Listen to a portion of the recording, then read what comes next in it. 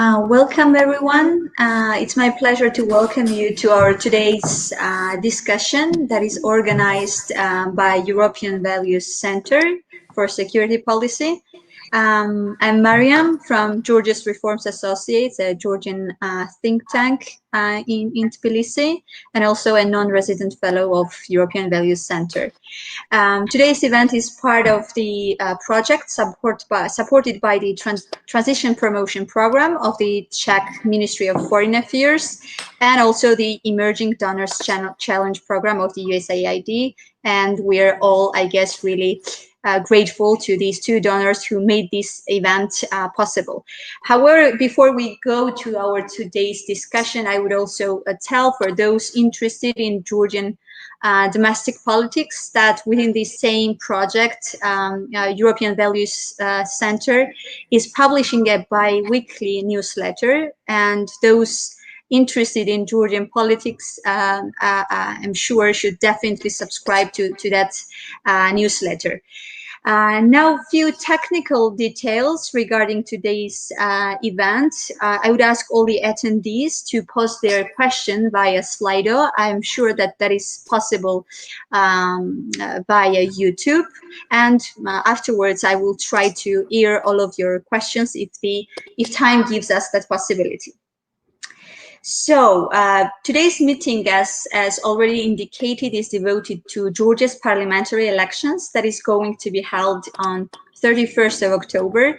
We in Georgia quite often say that, you know, elections in Georgia are always crucial, and this is not an exception. Definitely, this will be one of the crucial elections in Georgia, and the reasons for that are manifold. First of all, this will be first ever Georgian elections that will be held with the nearly proportional electoral system, meaning that 120 out of 150 parliamentary seats will be assigned to parties proportionally to their national support, and the remaining 30 will go to individual majoritarian candidates.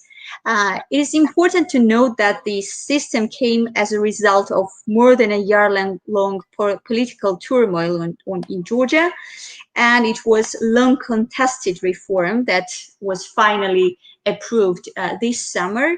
And many in Georgia, I would say many opposition parties, civil society are looking at this electoral system as the one that will finally try to end the excessive consolidation of power by a single political group that has been a case in Georgia.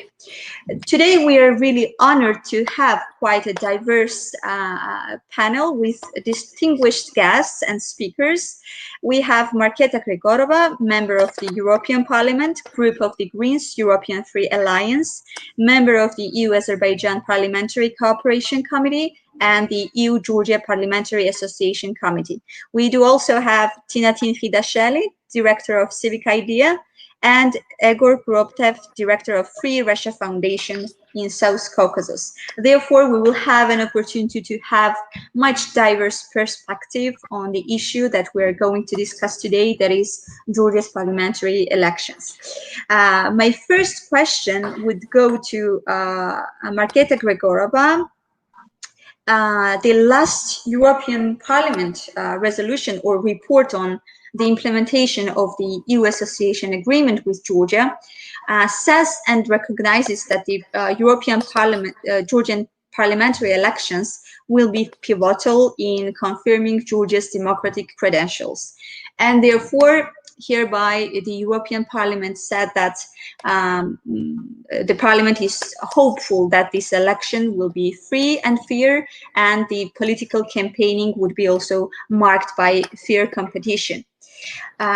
This year, we witnessed that effective and, let me say, genuine advocacy from the Georgian Western partners, and here I mean, first of all, European Union, was crucial in making possible the electoral change. Unless there was European Parliament, European Union in general, I doubt that this electoral reform would be possible.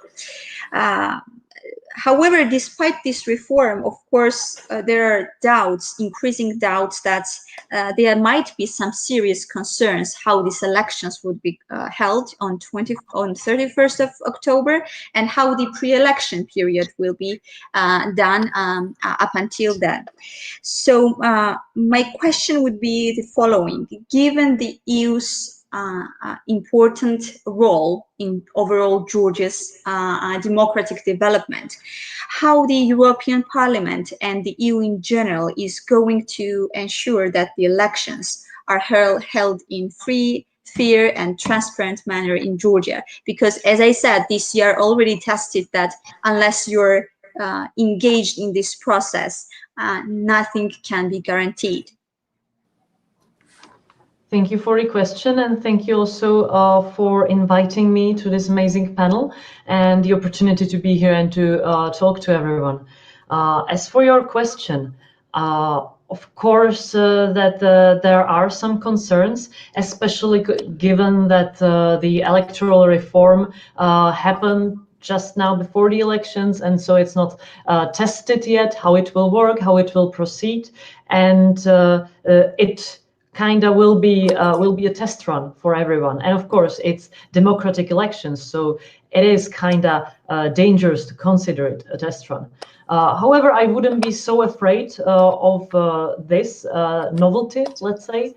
I would say that given the will of all the parties and the citizens to really have these kind of changes and to show what is their stance in proportional electoral system, I think it will go to some extent smoothly. What I would be afraid more of is, of course, something that is happening all over the world, which are foreign interferences and other forms of disinformation coming even from, of course, internal actors. I think it is very important to look out for both the foreign interference, which we already have some knowledge about how it can go, what is the playbook of disinformation campaigns, and how to counter them. We had several meetings and sessions, even with representatives of Watchdog or NGOs from Georgia regarding disinformation and how to counter them. So I believe that we already held throughout the years and even previous months in some resilience towards it. What I would be also very cautious of, and that is something one can be really prepared for, is the internal influence, where these tactics and not very fair strategies are being used by internal political parties or organizations that are trying to disrupt the democratic processes. We can see it also around the globe, and there hasn't really been yet a way how to counter it effectively, because usually people and citizens tend to trust their elected representatives naturally and logically. So if they are those that are somehow presenting any fake news or falsehoods, then it is really something that should be called out very loudly, that should be shown that this is not okay, both by internal actors and by the EU. And I definitely hope that we can help in this regard. If we receive information from any watchdog or fact-checking organizations that this is happening, we can again issue statements or reports and really help to show to the Georgian citizens who are the people that are trying to lie to them.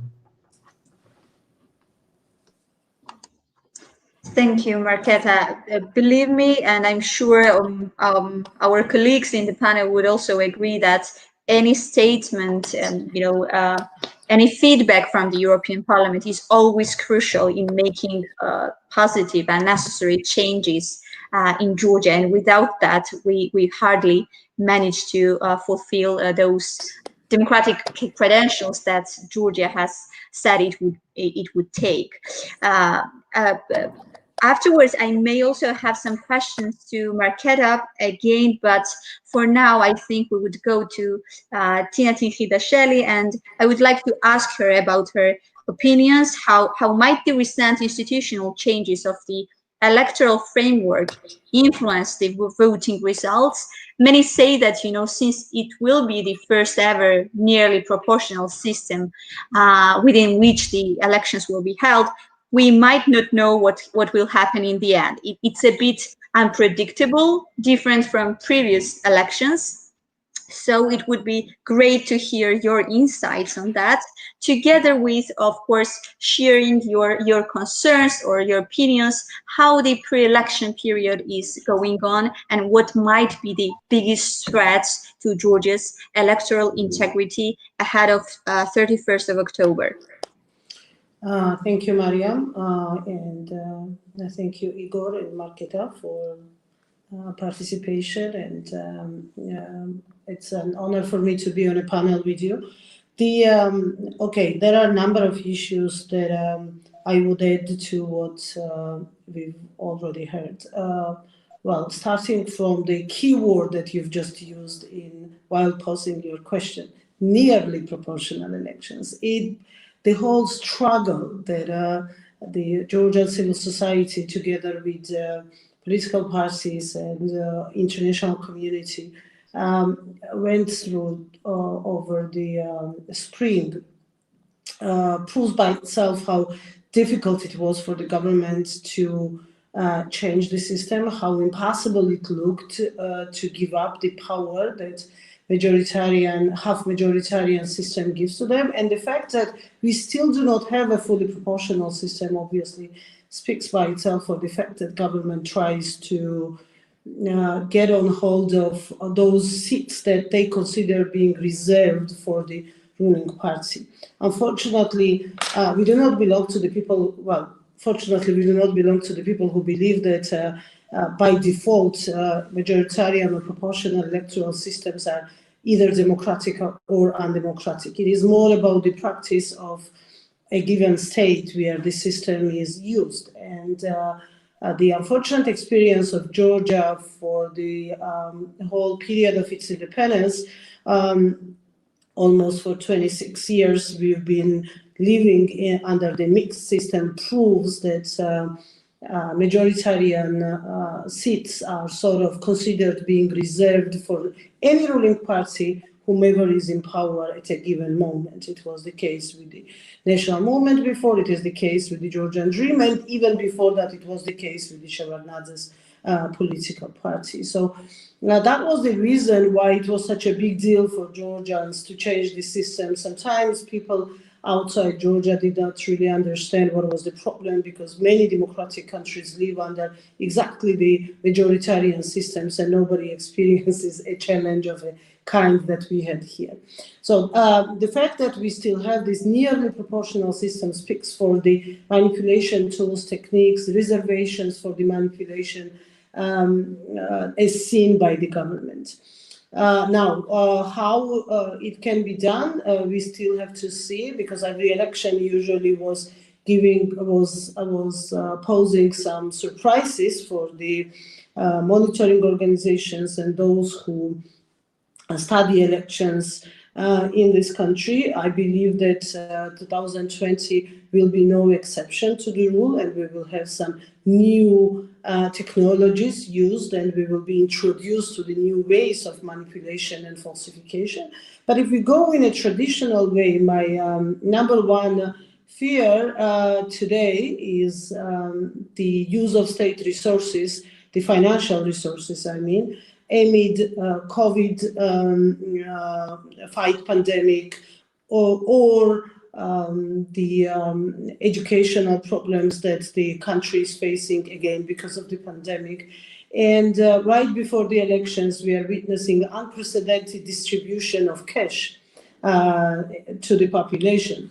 With the context of pandemic support, but obviously government is trying to benefit as much as they can from those social assistance packages that are out there. The other trend that we are already witnessing, not so often yet, but unfortunately The pattern is already there, and I expect that we will be in a much worse situation in weeks to come, is the electoral violence, the violence on the in different electoral districts, particularly during the meetings of the opposition candidates, and also the violent attacks on the offices of the opposition candidates. There is an attempt on the side of government not to allow for a normal, if we can qualify as normal anything that is happening right now in Georgia, a normal electoral campaign. And number three, obviously, are the restrictions, objective restrictions that we are all facing due to pandemic, when a traditional electoral campaign is practically impossible. The door-to-door campaigns are probably the only tool left, with the understanding that number of people, and sometimes this number is majority of the people, do not open the door with the fear of infection. Under the circumstances, when you have a completely polarized media environment in a country, basically all major TV channels run by two political parties, obviously it leaves little room for the equality of running electoral campaigns. So with the conditions that we are right now, we still expect even more deterioration. Unfortunately, if the situation goes deeper and more violent, gets more violent in our near neighborhood, if the conflict in Nagorno-Karabakh will continue on a scale that we are seeing right now and will progress in a way that we are seeing it right now, there might be even more challenges for.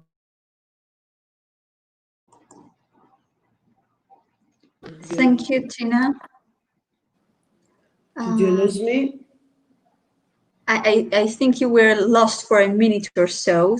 Yeah, I think the problem with this connection is that phone calls are coming different from the other channels. Yeah, anyway, so these are the challenges that we are facing. So just to sum up, it will be financial manipulations or budgetary manipulations by the government, the objective restrictions that we are facing because of the COVID, and it affecting obviously the electoral campaign, the violence that we are already witnessing in several districts and unfortunately is already becoming a pattern characterizing these elections, and finally we are carefully observing the developments in Nagorno-Karabakh, because that will definitely have a very negative effect. Well, generally speaking, on Georgia, not just on the electoral process, but in so many different ways. So, unfortunately, the problem with the government, to finish this intervention with that, is that we do not see any. We live from a surprise to another. Government basically refuses to present a consistent plan as to what are the steps for the coming days, coming weeks, because the number of the infected is growing. We are way higher than we were in the spring. Every day we have increasing negative statistics. Government says that there will be no interruption of the electoral process, but at the same time, they refuse to talk about the plan B or plan C or exit strategy in case situation deteriorates even more. So we are going into elections, all the political parties are going into elections, with only one party actually having full information as what comes next, what will be restrictions, which regions will be under the restriction, which cities, what will be the limitations on freedom of movement or freedom of assembly, and rest of the country, including all other political parties but the ruling party, have no idea what is going to happen tomorrow. And obviously it puts the whole electoral process under the quote of unfair, to say mildly. I will stop Thank here you, and Tina. obviously happy to answer any questions. Yeah, thank you, Tina, for summarizing both domestic, international, pandemic-related threats and concerns that you share with regards to Georgia's parliamentary elections. Thank you for mentioning Nagorno-Karabakh conflict, just that recently erupted in Georgia's neighborhood, and that obviously poses external threats, not only to Georgia and its parliamentary elections, but also on the overall region of ours. Given this comment and remark from Tina, I would now go to Egor and ask him what are his concerns in this regard, and particularly how Nagorno-Karabakh conflict and its eruption might influence Georgia's elections. And also, since we also talked about, international or foreign state-sponsored interference in Georgia's elections, what are the main threats in that regard? What we have seen already that can be classified, so to say, and qualified as a foreign state-sponsored interference in Georgia's elections, and what should be Georgia's response towards it? And since we have also Marketa Gregorova here, also would love to hear what you think, what should be the EU's or NATO's or Georgia's Western partners' support in that regard to somehow reduce and prevent malign.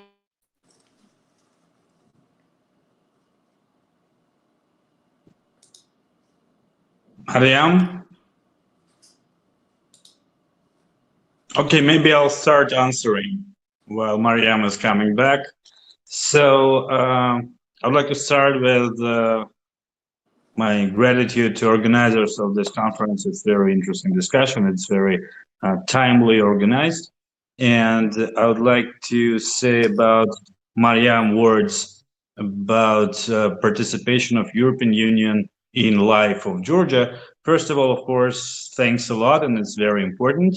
But secondly, I would like to say that it's a disadvantage from my point of view of Georgia that all major political decisions should be developed with the help or great assistance, let's say this, from European Union or United States. Because in normal situation, it should be decided inside, locally, in negotiations, discussions, talks, and etc. So again, and about Nagorno-Karabakh conflict, I believe it's already affects Georgia and even Georgian politics and elections, because unfortunately, first of all, in regard with just national security, we see a rise of tensions, let's say like this, in diasporas. At the moment, it's very good that Azerbaijani and Armenian diaspora of Georgia are silent and calm, but for example, Armenian diaspora representatives are trying to cross the border and enter Armenia to join as volunteers, to join and take part in a war. And for sure, we all understand that both Armenian and Azerbaijani diaspora are very concerned about what's going on between two countries.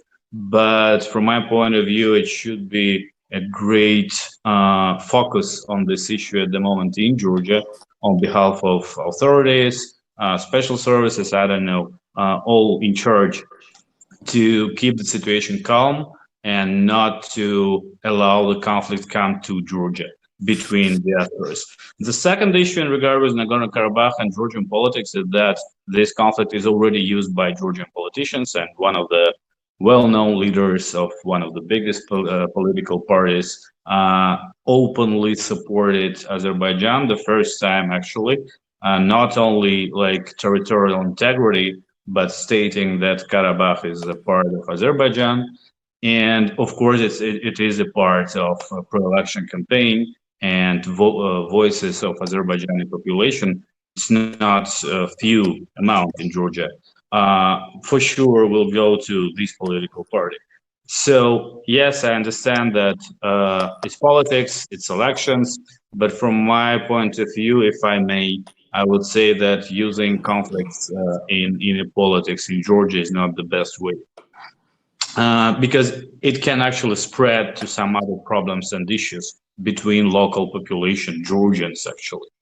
And of course, I would like to highlight foreign influence we say Kremlin's influence directly, because it's a huge issue.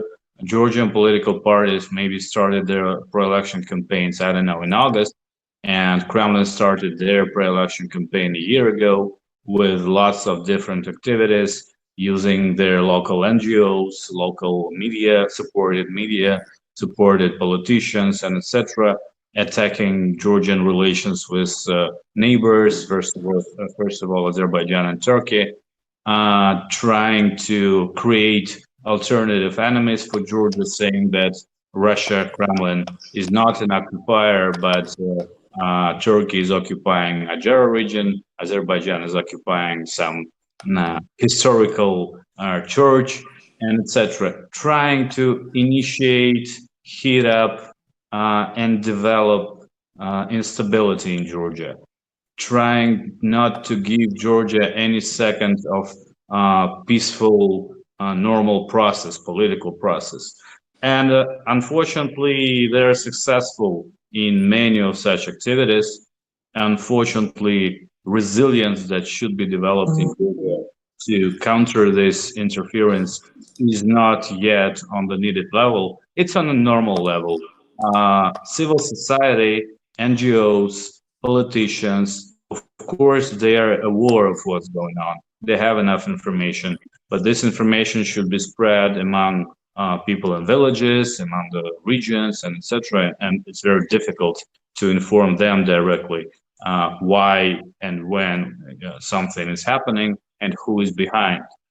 Unfortunately, try to, I don't know, understand who is financing someone is not about people in villages. They just see good or bad video.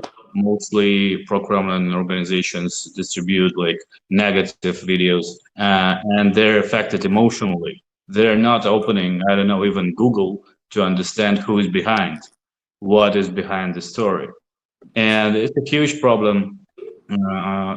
Luckily, in Georgia, it's, I don't know, about 4 or 5 maximum % of pro-Kremlin parties. I don't think that they will have more, maybe less, hopefully. But the general situation in the country, instability, is being heated up all the time from on behalf of Moscow.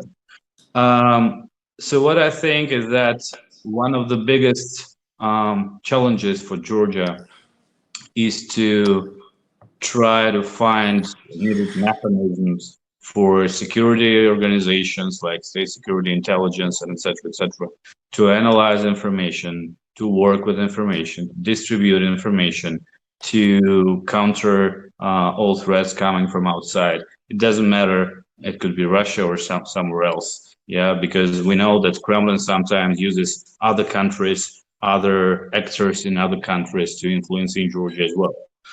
So this is maybe the biggest issue. I mean, foreign or in regard with inner politics, I would just agree with everything that Tinatin Hidasheli just said. And of course, protecting voices is the biggest challenge I see on these elections. It doesn't matter which system we have. It's a great opportunity that the system was changed. But even with this new system, we should somehow, Georgian society should somehow protect their voices. Thank you. Thank you, Egor. Now I would like to ask Marketa to contribute with her insights on the following topic. You mentioned in your introductory remarks that the European Parliament is the one who always tries to follow up with the developments in Georgia and issue, corresponding and relevant feedback statements on those events. It's, however, ironic in a way, but whenever the European Parliament or any other Georgia's Western partner, comments or issues a statement on one or another domestic development in Georgia, then it often becomes a victim of different party interpretations, while the public gets confused what it is that the European Parliament, for example, really said.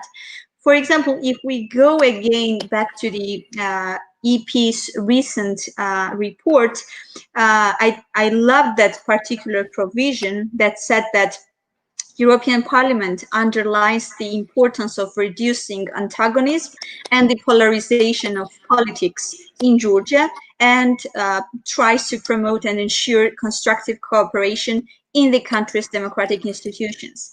Even though this report itself, talked about the need to reduce somehow antagonism and polarization in Georgian politics, paradoxically, this very report also became a subject of polarization. Instead of, promoting and pushing Georgia ahead on its democratic development. Sorry, I can't hear you now. We've lost Mariam again. I will wait a little because I don't want to hear the rest of the question before answering. Oh, I'm sorry. Am I back now? Do you hear me? Yeah. Wonderful. Oh, super. And sorry to the audience, especially for this inconvenience. So what I was trying to ask, what to do with this polarization when the even European Union's statements, resolutions, and reports gets a victim of this antagonism and polarization, and then we have two different interpretations, and have Georgian public not knowing and not getting what in reality happened, and what is the position or attitude of the European Parliament or European Union in general to different political developments in Georgia. And this is especially important when we're in the run up to the elections in Georgia, because whatever will be European Parliament's and EU's statement on the state of Georgia's parliamentary elections, whether they were held freely and fairly or not, then that would also become a matter of interpretation for many in Georgia. What would be your insight on this problem? Thank you very much. I see several aspects here, but of course, I will speak a little bit generally, because I haven't heard about this specific case, so I don't know which sides took the report and misinterpreted it. So I'm not sure what was the narrative, how did someone misinterpret it, and stuff like that. So sorry if I will speak too general, but of course then you can follow up based on what I say.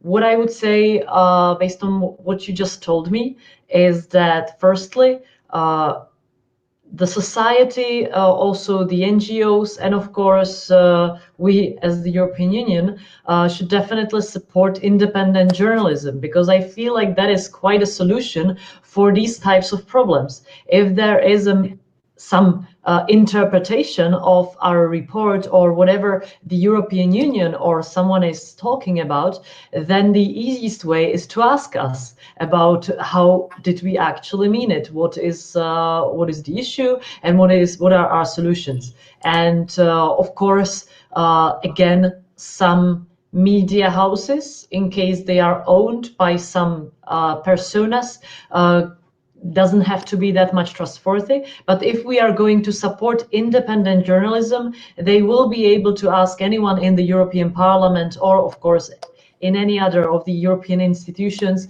and ask them about what is going on, what is the opinion of the EU on that matter, and what is the situation. So I would say that's, let's say, like a both short-term and long-term solution for these types of polarizations. As for polarizations in general, again, I don't know which parties or which people were claiming some things and others some other.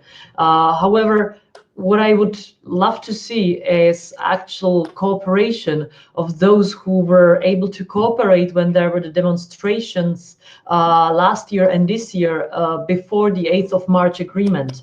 The opposition at that time both in Brussels and in Tbilisi, wherever I ask them or whenever somebody talks to them, they promise they will be able and they want to cooperate and they want to be together. I know that they managed to form some sort of coalition, and we will of course see in time how strong it is, and I hope that it will be strong and it will show that it cares about the opinions of the citizens, which want democratic discussion.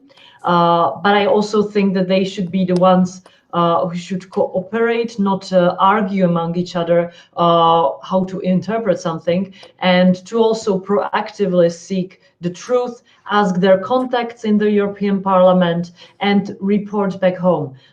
This is not just the issue of the European Parliament or just of the members of the European Parliament. We are trying to help, and of course we will be happy to explain our position and our visions and thoughts anytime. However, it's also on the side of the politicians that promise that they will deliver this information and how they will deliver it, so that the people don't feel like the spectrum is polarized again.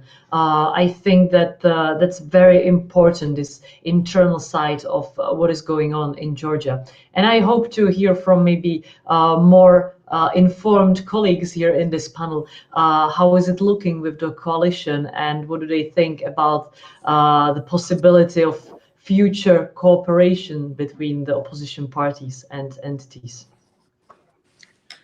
Thank you, Marketa. Actually, that is the question that I would like to ask our, but before I go to them again, with your permission, may I bring you an example regarding my question, regarding my previous question.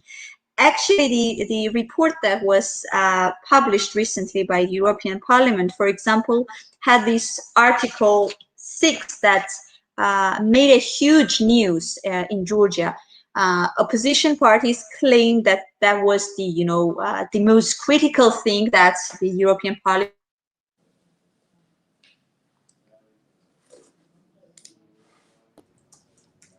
I can't hear you again. Sorry.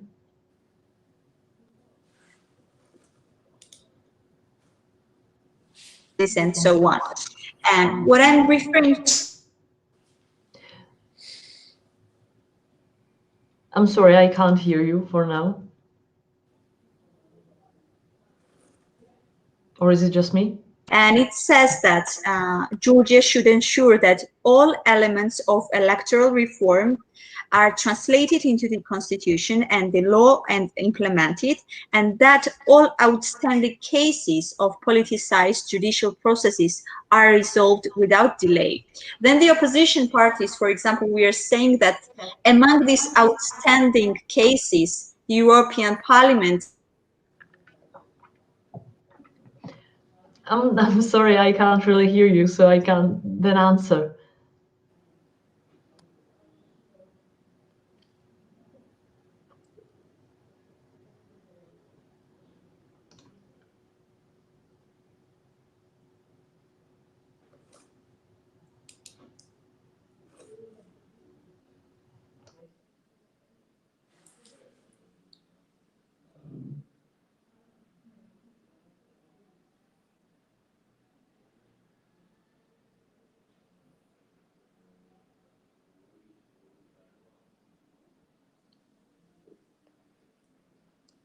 Maybe we should go on.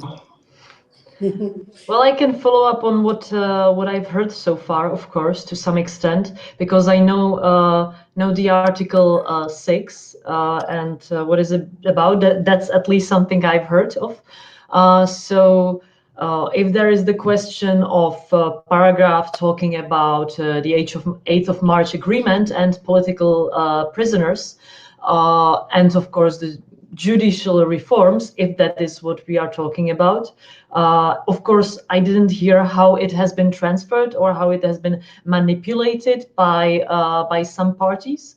However, it is of course clear that we as the European Parliament has been very vocal and very strong in terms of not only fulfilling the electoral reforms that has been promised, but also in terms of releasing and reviewing the cases that has been politicized and the cases of political prisoners, because that is something that is immensely important for the democratic,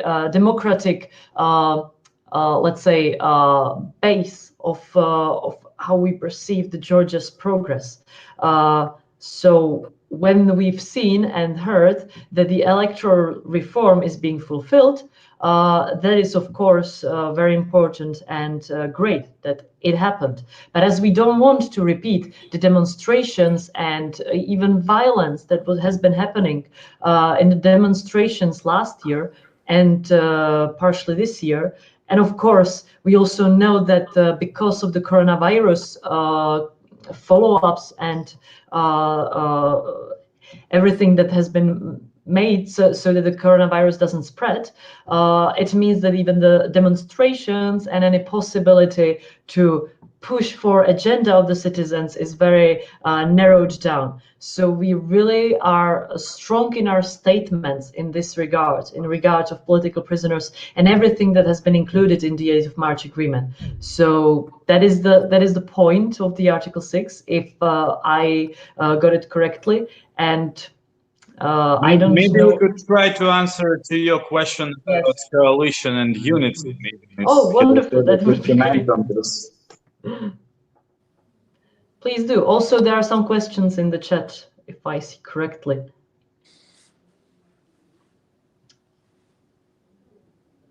So, Egor, I think you can. No, I asked maybe Ms.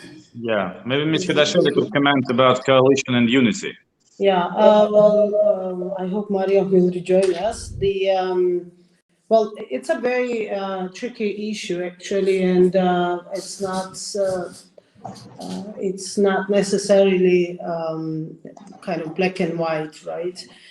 When we talk about the coalition approach and necessity of the coalition work to be done on the side of the opposition, for me, as for the citizen of this country, that is very much limited to the issues of, for example, how it all started, of winning the proportional elections, or defending the votes, or working for a general peaceful environment during the elections.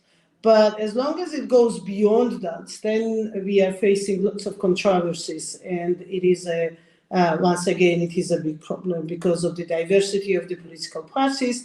And I think one of the good things about Georgia is exactly that diversity and the difference in opinion and disagreement on amongst the political parties, where the voters actually have a choice in a multiplicity of amongst the multiplicity of players. The most important issue for me, where all political parties should be united, is exactly as Marketa was saying, to allow for a peaceful and substantial debate, free from violence, free from interference, free from antagonism and this extreme polarization that we are witnessing sometimes in Georgia, when people simply do not listen to each other. They refuse to talk to each other. What we have on the media right now, for example, the ruling party was refusing to go on debates, even in majoritarian district debates, with the opposition candidates on opposition TV stations. And then just a couple of days ago, United National Movement also refused to go into the debates as long as Georgian Dream is not present. These are the things that we should be all fighting together, and these are the things where opposition should stand united in ensuring the equal voice and equal access to all political players to the electoral process. Other than that, it's perfectly fine. Political parties are very different. They have completely different standing on most of the issues important for this country. Hopefully it will stay like that. There will be no necessity of another revolutionary movement when everybody will stand against one person. and we will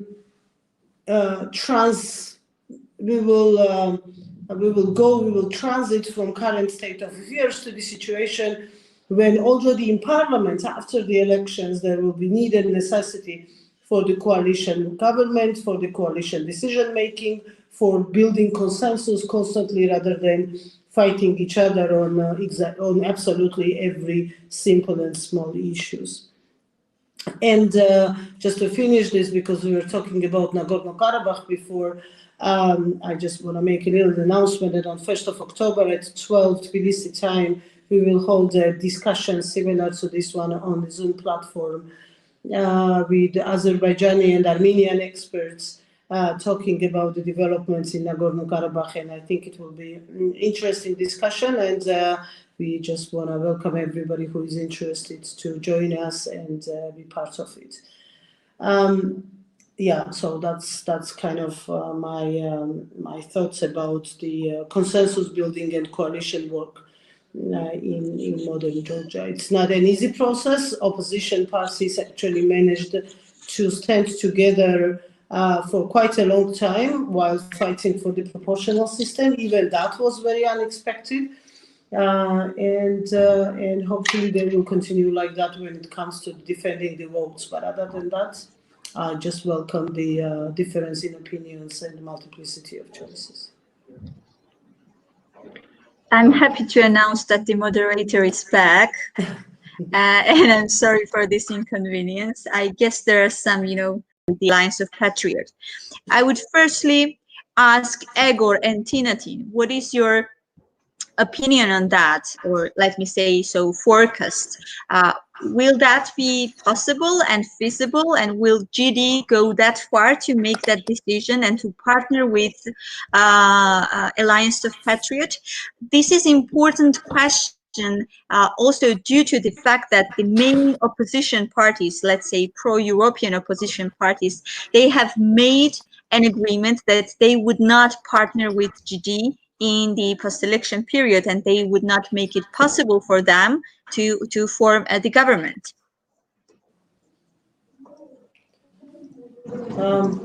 Igor, maybe you'll start. I don't want to monopolize the floor. Okay. So first of all, I would like to say that any agreements are very good, but we never know what will happen after elections. Secondly, I would say that if Georgian Dream ruling party of Georgia will make any kind of coalition with the Alliance of Patriots, it will be start of the end, both for Georgia and ruling party. Thirdly, I would say that from my talks with European Union colleagues and US colleagues, I know that they will monitor these elections 3 times harder than ever. And they say that if these elections will go the same as, for example, presidential elections in Georgia, reactions will be outstandingly huge and loud. And I would also say that I don't think that Georgian Dream is getting ready to make any kind of coalition. I believe that they will do, let's say, whatever they can, wherever possible for them to win elections, or they will just lose it. Because coalitions is a very difficult issue now. They don't have any good party, good partner for alliance with a good number of votes. So we understand that some parties may join coalition with the Georgian Dream, but they won't have enough votes to be interesting for this coalition. And in regard with alliance, again, I can't imagine me in Georgia where ruling party have a coalition with openly pro-Kremlin political party, financed from Russia, in the country occupied by the Kremlin. So I can't imagine it. So I believe they will just do whatever possible, as Tinatin described in her previous speech about possible violations. They will do everything they can to win, or they will just lose. Yeah, I basically agree with most, with all of it, that what Igor was saying. Just to add to it, 2 observations. One on a more general level, Mariam also said it, and Egor also said it, that there are pre-electoral promises from various political parties as to which way they will go, or more whom they will not go into coalition with. And I think that it speaks very much about the about the effects that our most of the political parties in this country are still in teenager years, when they do not necessarily understand the whole idea of the electoral process and the decisions made by the voters. It's extremely childish to me when a political party today says that they will go into coalition with these guys and they will not go with the other guys, while the voters might decide otherwise, and then they just show their disrespect towards the voters at this stage. So because of that, I do not take seriously any political parties who talks, approaches, and has this kind of attitude towards the voters, that they are the ones who decides what will be the composition of the next government, rather than the voters being the ones deciding what will be the composition of the next government. Second of all, about the Patriots Alliance, although I completely agree with Egor, I also, if you've asked me 10 years ago or even 5 years ago whether I could see any pro-Russian party in charge in this country in the near future, I would say complete no. Now I'm not sure about it, because unfortunately I think that Georgian Dream is not proving anything to anyone anymore. And I think that they will happily go into coalition with the Patriots Alliance if that will be the only chance for them to stay in power. Of course, they will do everything in their hands to not to allow for that to happen and to be in sole control of the government, but in case there will be need and necessity for that, then they do not have any other more comfortable partner in a Georgian political spectrum than the Patriot Alliances. Even Nino Burjanadze's party is not necessarily as comfortable for them as the Patriot Alliances. They've proved it many times. I've experienced it myself personally when I was Minister of Defense, when exactly on the orders of the Georgian Dream, Patriots Alliance was doing all a human being could have imagined for attacking me. But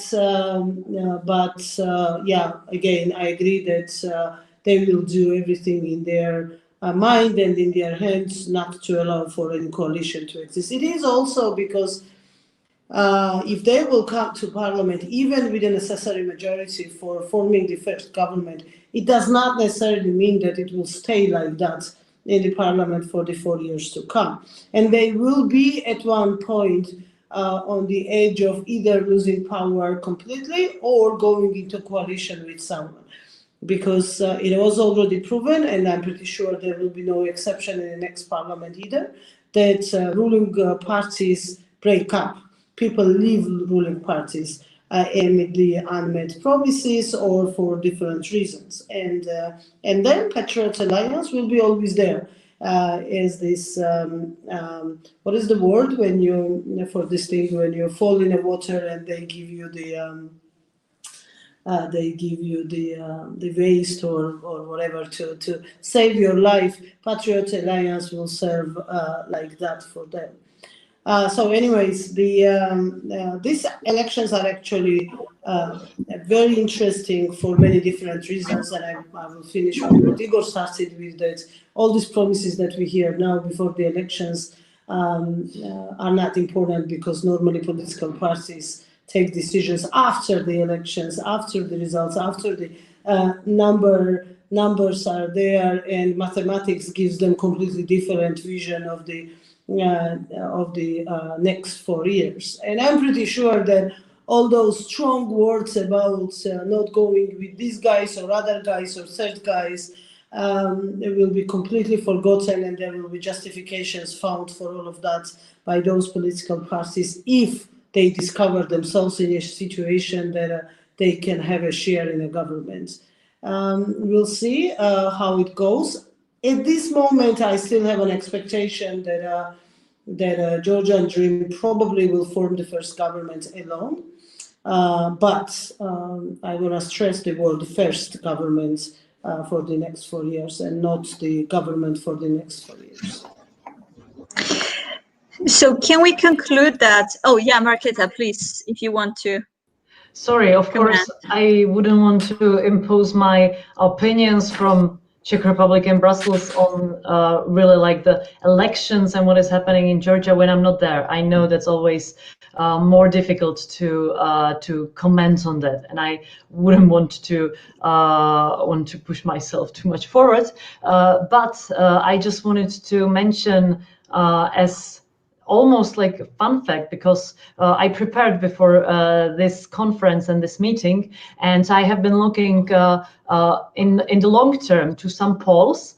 Of course, I know how polls work. It's never like finalized opinion and what will really happen in the elections in the end.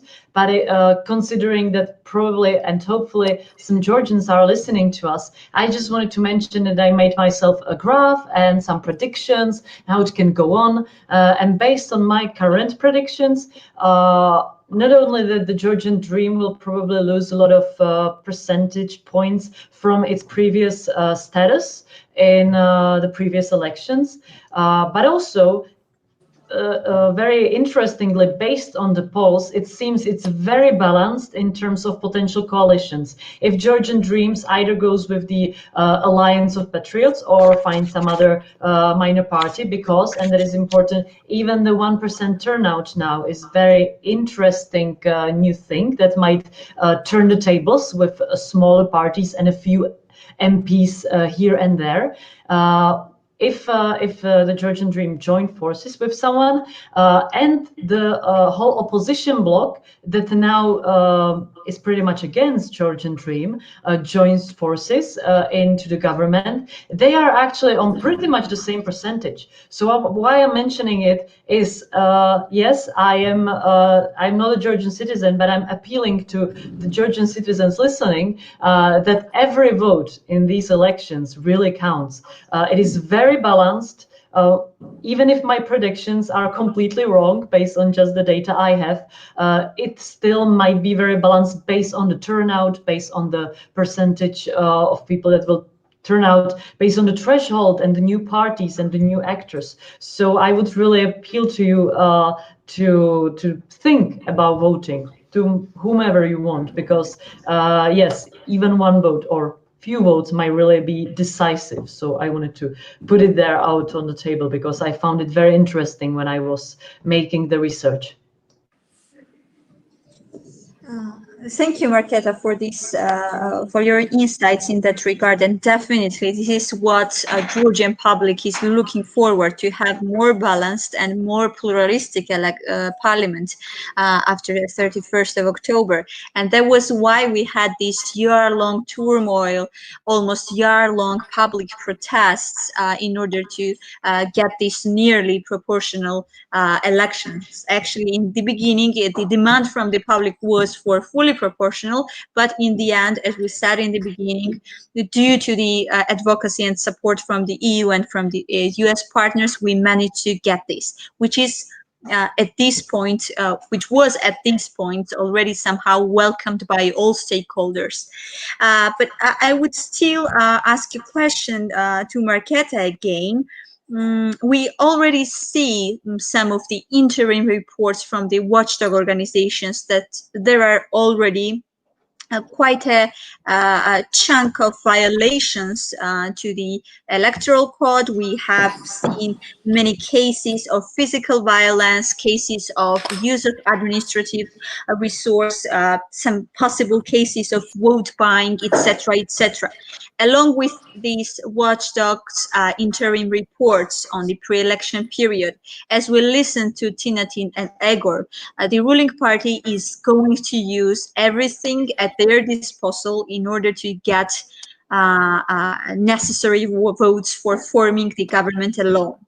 Given this context and given already these cases which show that there are already alleged violations and that pre-election period is not going in the way and in the manner the EU Parliament would love to see in Georgia from the so-called front-runner EAP country. Shall we expect anything prior to the elections from the EP side or from a couple of MEP sides, let's say so? Any statement, any follow-up in this regard to make sure that the Georgian public, first of all, and then those stakeholders, first of all, the ruling party knows that there are much at stake when we talk about the parliamentary elections. And here I would also would love to remind especially our audience that we know that there has been a new EAP policy adopted by the Commission and also supported and endorsed in a way by the Council that says that if there is no necessary progress in the rule of law, and if Georgia does not somehow deliver its promises, especially in the field of rule of law, then the EU might decide on the seizure of its financial assistance to Georgia. If I can ask this way, will the fact, God forbid us, but still, if the fact that Georgia's elections are not held in free and fair manner and in transparent manner, be the factor on which the European Union might change its decision on, giving financial or any other type of assistance within this EAP format? And what else will be the feedback? I know that this is quite a provocative question because we are talking about hopefully unreal future, but still, what else will be the EP's and EU's response towards this type of violations? I will answer if Egor doesn't want to speak immediately because he raised his hand.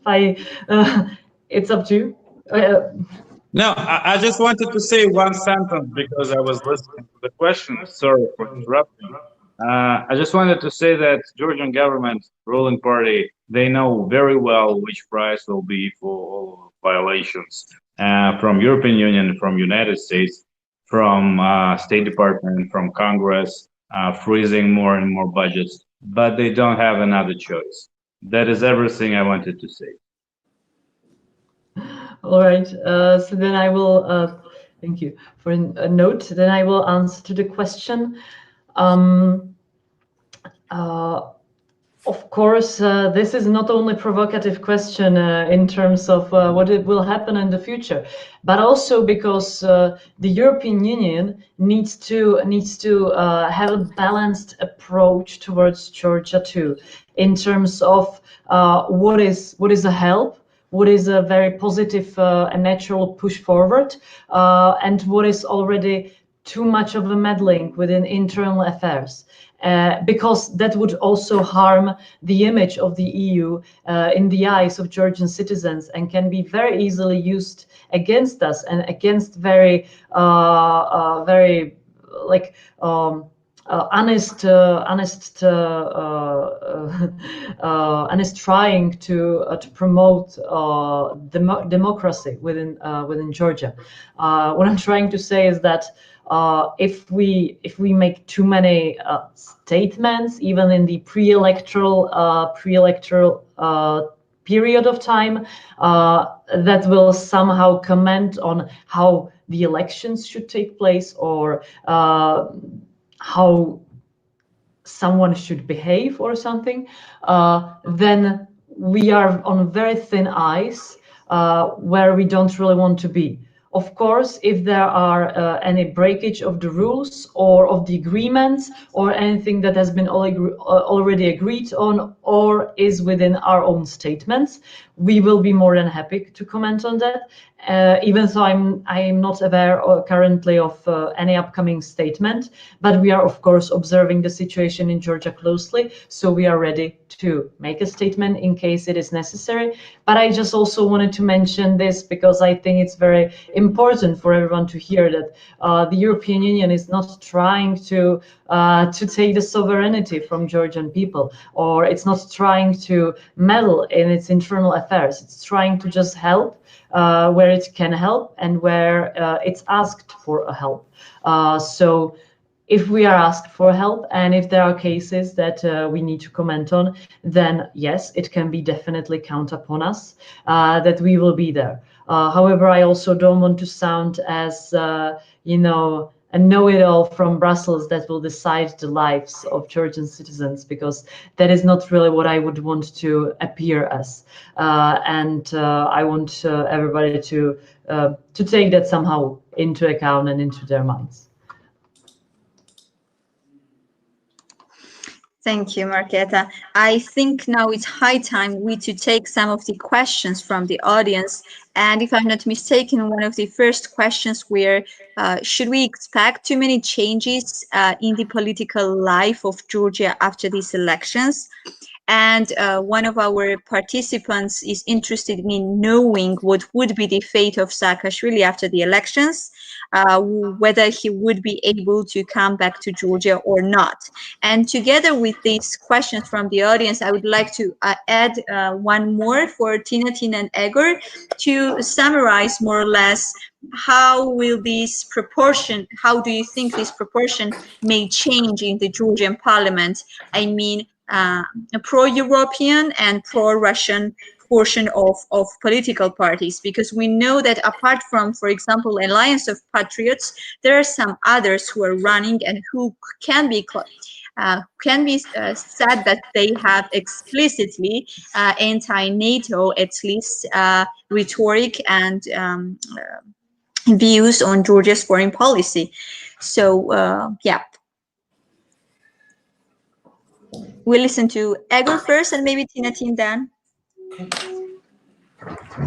Okay.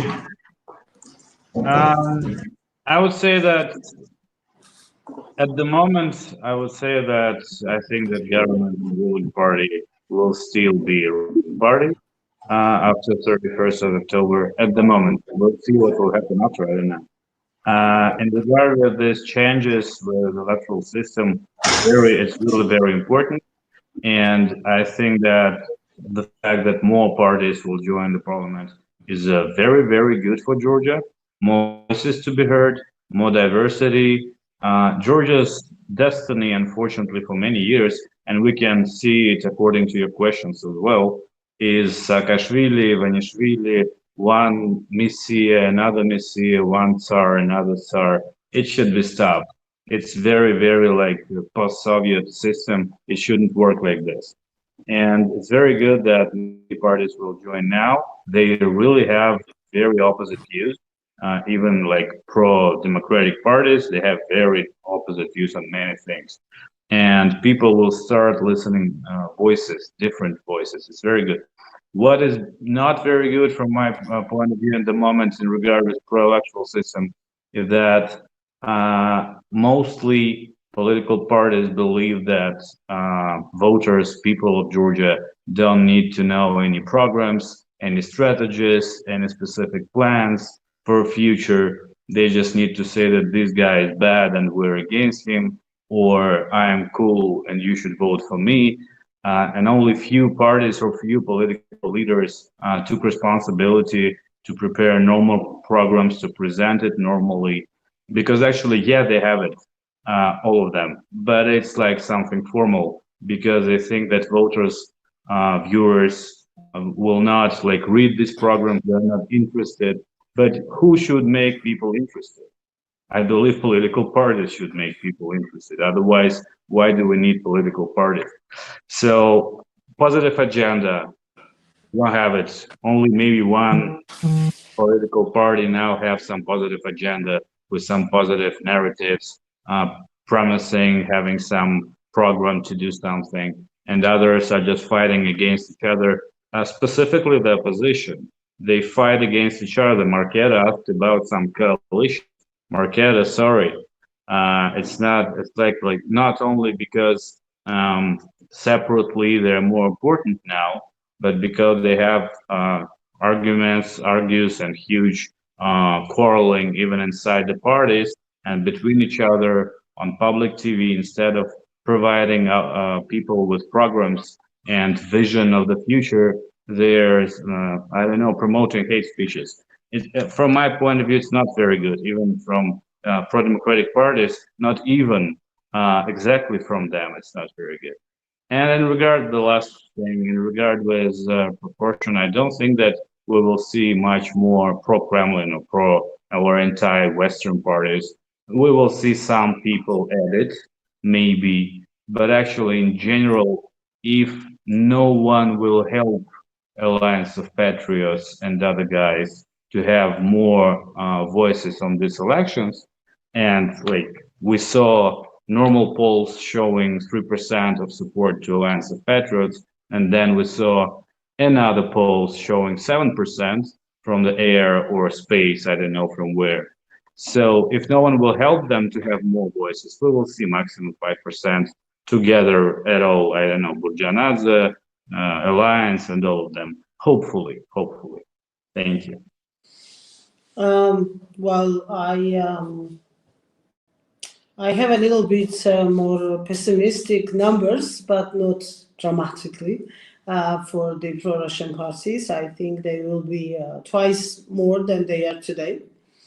But I think that's their maximum. So that's kind of the ceiling they can fight for.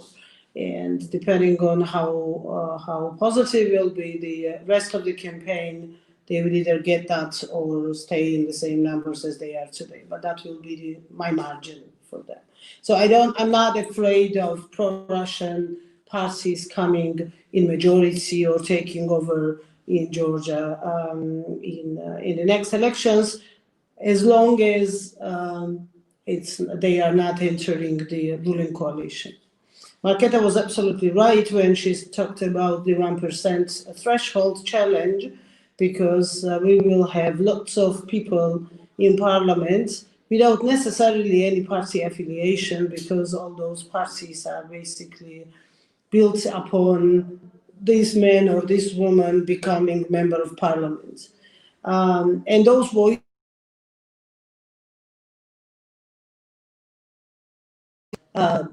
those will be the most expensive political voices in our parliament, those 1 + 1 + 1 + 1, depending on how many ones we will get in parliament. And again, they can go either way, because these are not even political parties. They are not accountable to anybody. As Egor was saying, we have no idea what they stand for other than what they talk about today. But there is no written document or any commitment taken by them about their long-term vision for this country. So it is in a way sort of a dangerous scenario that we are entering in with that. But for the proportions, to answer Marian's question directly, I still expect that we will have a majority, big dominant majority of declared pro-Western parties. And I say declared because you never know in Georgia how they turn out at the end, because Georgian dream itself is on the base of the declarations or whatever document we've ever seen coming out of this party, is a very much pro-Western, for NATO, for European Union integration political party. And all their nominations up until now, well, with probably 2 exceptions, every single minister in a party in Georgian Dream governments for 8 years, except for 2, I would say, were very clearly pro-Western, pro-NATO, pro-European Union politicians. But at the end of the day, we see where we end up, that we are talking now for an hour about, and unfortunately it's not the only talk, lots of people in Georgia talk about the potential of coalition with the Patriots Alliance by the ruling party. And as for the Saakashvili's question, well, it's of course, we are not the ones who can answer that question, but if I bring my lawyer's brain for a second, there are 2 options.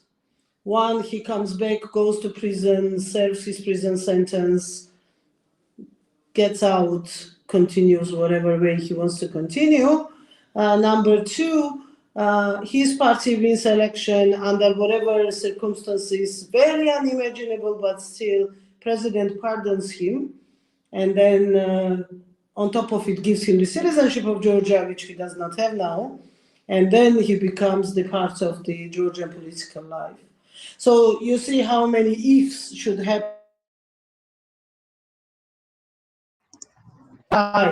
positive for him in order to come back to politics. Sorry, So may I it's- ask you, Tinatin, may I ask you something? Is Yeah. it possible for Parliament of Georgia, because they discussed it, for Parliament of Georgia to vote and let him go in the country and be here a part of political process?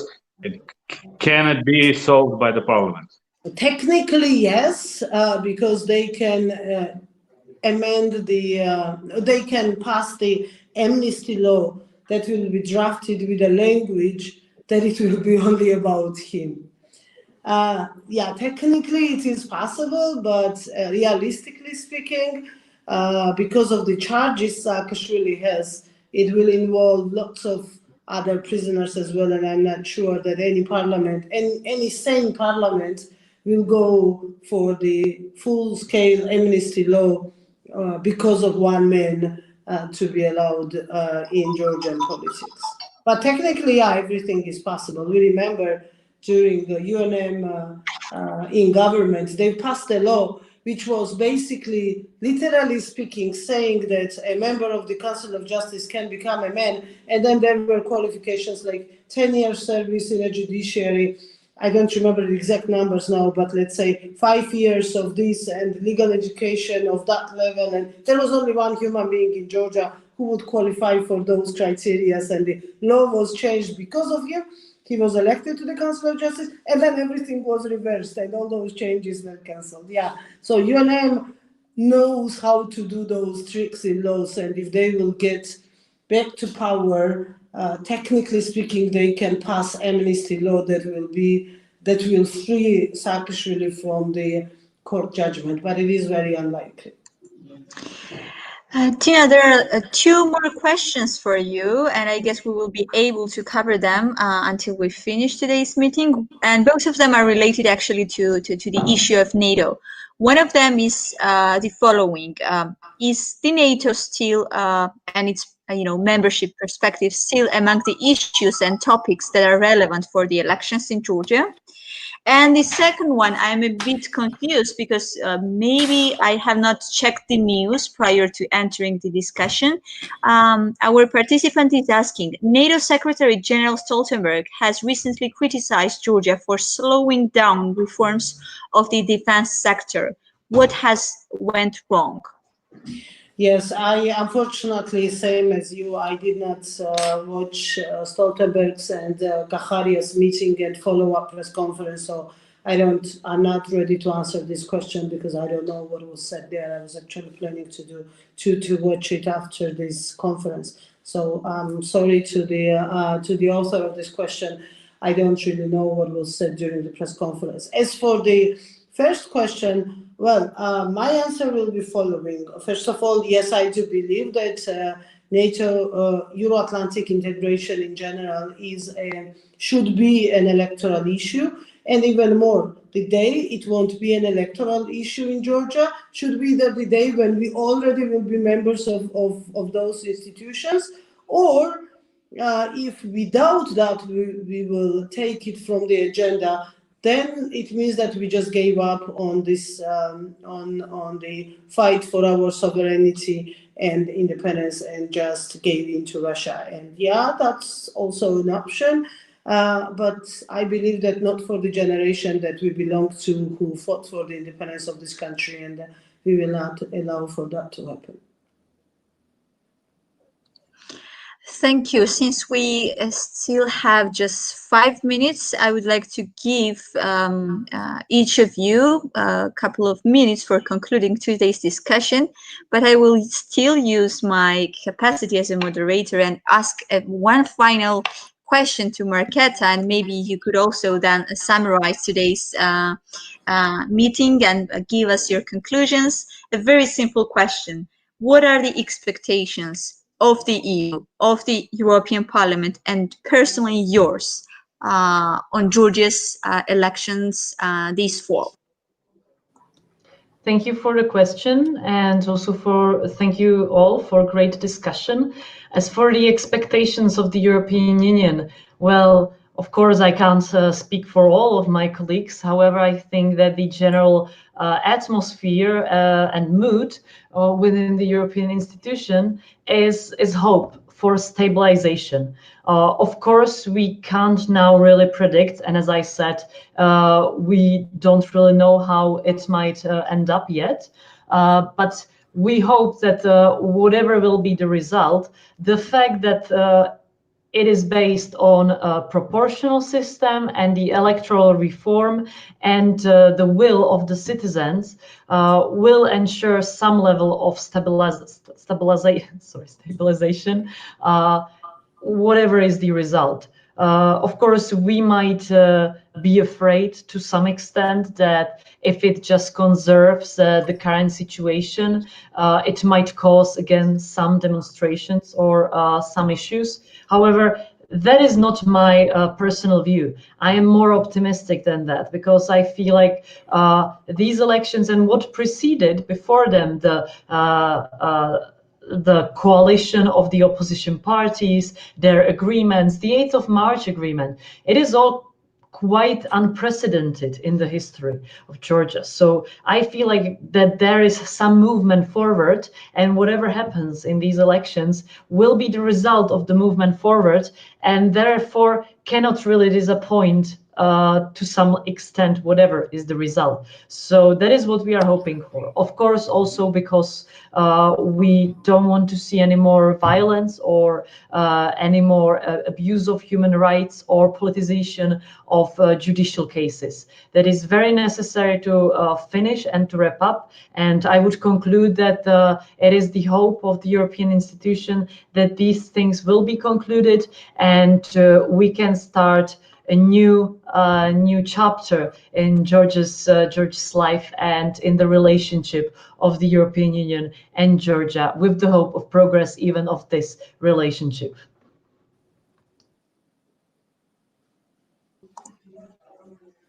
Thank you. I would like to ask Tina and Egor if they want to have some concluding remarks.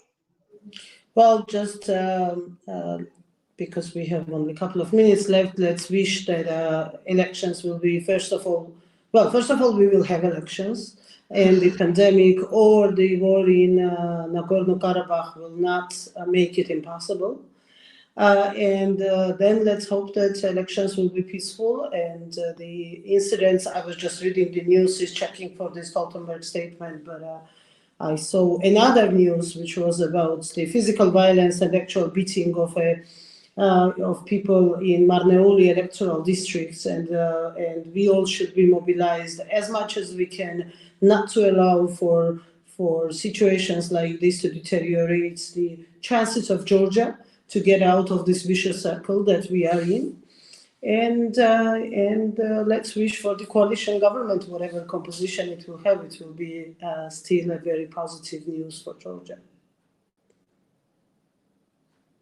Yeah, I would like to use this opportunity to say thank to all of you and to say that I would suggest, if I may, to Georgian authorities using this live and security services of the Ministry of Interior to focus on issues and threats that Georgia is facing at the moment, both in regard with war in Karabakh, both in regard with tensions in diasporas, both in regard with threats from Kremlin, but not on politics. Maybe local security services should leave politics to politicians and focus for 100% on challenges that we have now, because war in Karabakh, for example, have only two scenarios: bad and outstandingly bad. So in both of them, Georgia will also be affected. And this, like COVID-19 management, Karabakh war, tensions inside of Georgia should be monitored, should be very, very focused on, and maybe political interference of the services should be much less this time. Thank you. Thank you to Marketa, thank you Tina, thank you Egor for your valuable insights, and I myself also hope that Georgia's parliamentary elections will be held in free and fair manner, and we will have an exemplary elections to boast with as a sign of Georgia's major democracy. I really have some doubts about this, and I think this is a wishful thinking from myself, but hopes and wishes are for good and not for bad scenarios. Thanks again, and big thanks goes to EVC for making this event possible, of course, and the donors that supported this event. Thank you. Thank you, Mariam. Thank you. Thank you very much for the moderating, and to all of those listening. Thank you. Thank you. Bye. Bye bye. Have a great day. Bye.